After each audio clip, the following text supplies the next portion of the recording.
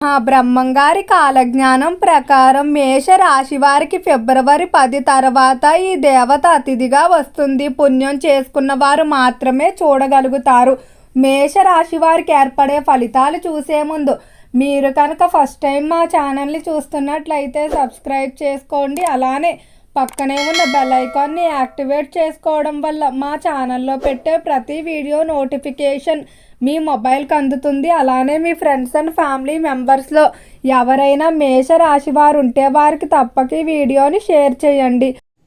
శ్రీ కంచి కామాక్షి అమ్మవారి జ్యోతిష్యాలయం. స్త్రీ పురుషులకు ఎటువంటి సమస్యలకైనా 100% పరిష్కారం చేయబడును.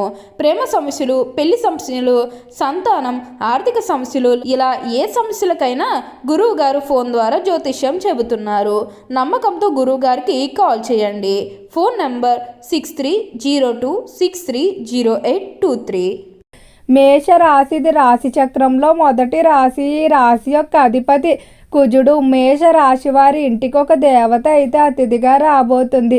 ఈ దేవత అతిథిగా వచ్చినప్పటి నుండి కూడా మీ ఇంట్లో ఉన్నటువంటి కష్టాలన్నీ కూడా తొలగిపోతాయని చెప్పుకోవచ్చు. అలానే మీరు ఎంతో కాలంగా కోరుకుంటున్నటువంటి కోరికలు అన్నీ కూడా నెరవేరుతాయి. ఆర్థిక పరంగా కూడా మీ పరిస్థితులు అనేవి మెరుగుపడతాయని చెప్పుకోవచ్చు. అయితే ఫిబ్రవరి 10న మాత్రం మీ ఇంట్లో అదృష్టం అనేది తాండవం ఆడబోతుంది. రంగాల వారీగా మేషరాశి వారి ఫలితాలు చూసుకున్నట్లయితే మేషరాశి వారిలో క్రియేటివిటీ అనేది అధికంగా ఉంటుంది. అలానే ఈ రాశివారి వ్యాపారంలో కానీ వృత్తిలో కానీ వీరికంటూ ప్రత్యేకమైన గుర్తింపు అయితే కోరుకుంటారని చెప్పుకోవచ్చు.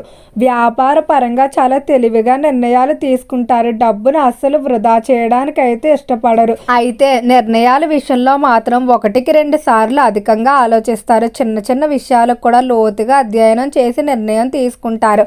కొంతమంది మాత్రం వీరిని చాదస్తపరులుగా చూసినప్పటికీ వీరికి ఎటువంటి తప్పుడు నిర్ణయాలు తీసుకోవడం అస్సలు నచ్చదు. ప్రతి దాని గురించి లోతుగా తెలుసుకుంటారు. దీనివల్ల అనుభవ జ్ఞానాన్ని అయితే పొందుతారని చెప్పుకోవచ్చు. అలానే రాశివారు ఏం జరిగినా కూడా మన మంచిగా అనుకుంటూ ముందుకెళ్ళిపోయే మనస్తత్వం ఉంటుంది. అనుభవాల ఆధారంగా వీరు జీవితంలో చాలా విషయాలు అయితే నేర్చుకుంటారని చెప్పుకోవచ్చు. బంధాలు బంధుత్వాల విషయంలో మాత్రం చాలా ఖచ్చితంగా ఉంటారు. ఎవరినైనా ఒకసారి ఇష్టపడినా లేదా వారితో స్నేహం బంధుత్వం కలుపుకోవాలన్నా వారి కోసం ఎంతగానో ఆలోచిస్తారు. అంత త్వరగా అందరితోనే కలవలేరు. కానీ వీరు నమ్మినటువంటి వ్యక్తుల కోసం ఏదైనా చేస్తారు. అలానే వారిని సంతోష పెట్టడానికి వీరి ఆనందాలు కూడా వదులుకుంటారు.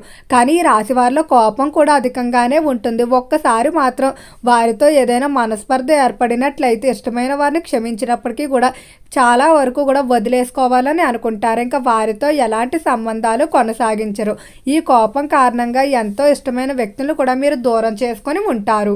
అలానే నిర్ణయాల విషయంలో త్వరగా ఇతరుల మాటలకు ఇన్ఫ్లుయెన్స్ అవుతూ ఉంటారు. కొన్ని నిర్ణయాలు మాత్రం చాలా మొండిగా తీసుకుంటారు. ఇంకా ఎవరైనా చెప్పినా కూడా అస్సలు పట్టించుకోరు. విద్యార్థుల ఫలితాలు చూసుకున్నట్లయితే విద్య పరంగా అనుకూలమైన మార్పులు కనిపిస్తున్నాయి. విద్యార్థులకు తమపై నమ్మకం పెరుగుతుంది. ఏదైనా సాధించగలిగిన శక్తి తమలో ఉంటుందని గుర్తిస్తారు. తల్లిదండ్రుల నుండి గురువుల నుండి మంచి సహకారం అయితే లభిస్తుంది.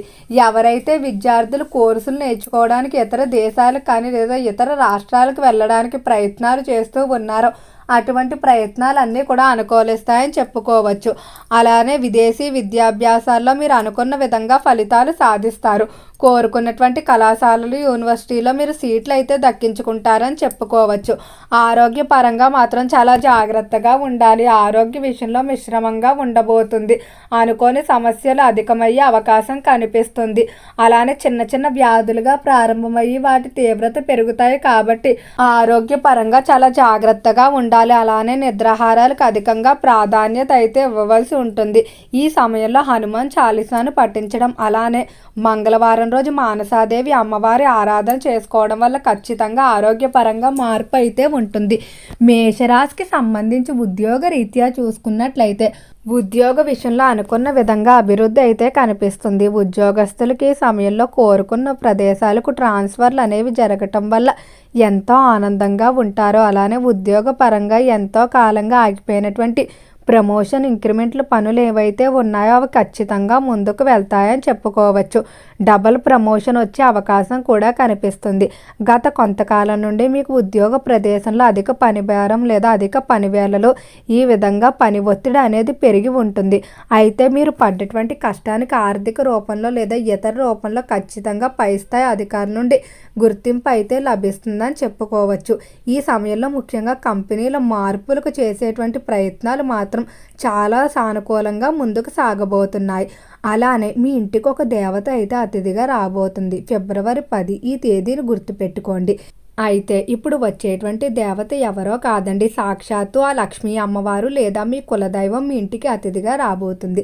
ఎప్పుడూ కూడా దేవత అనేవారు మానవ రూపంలోనే వచ్చి మిమ్మల్ని పరీక్షిస్తారు.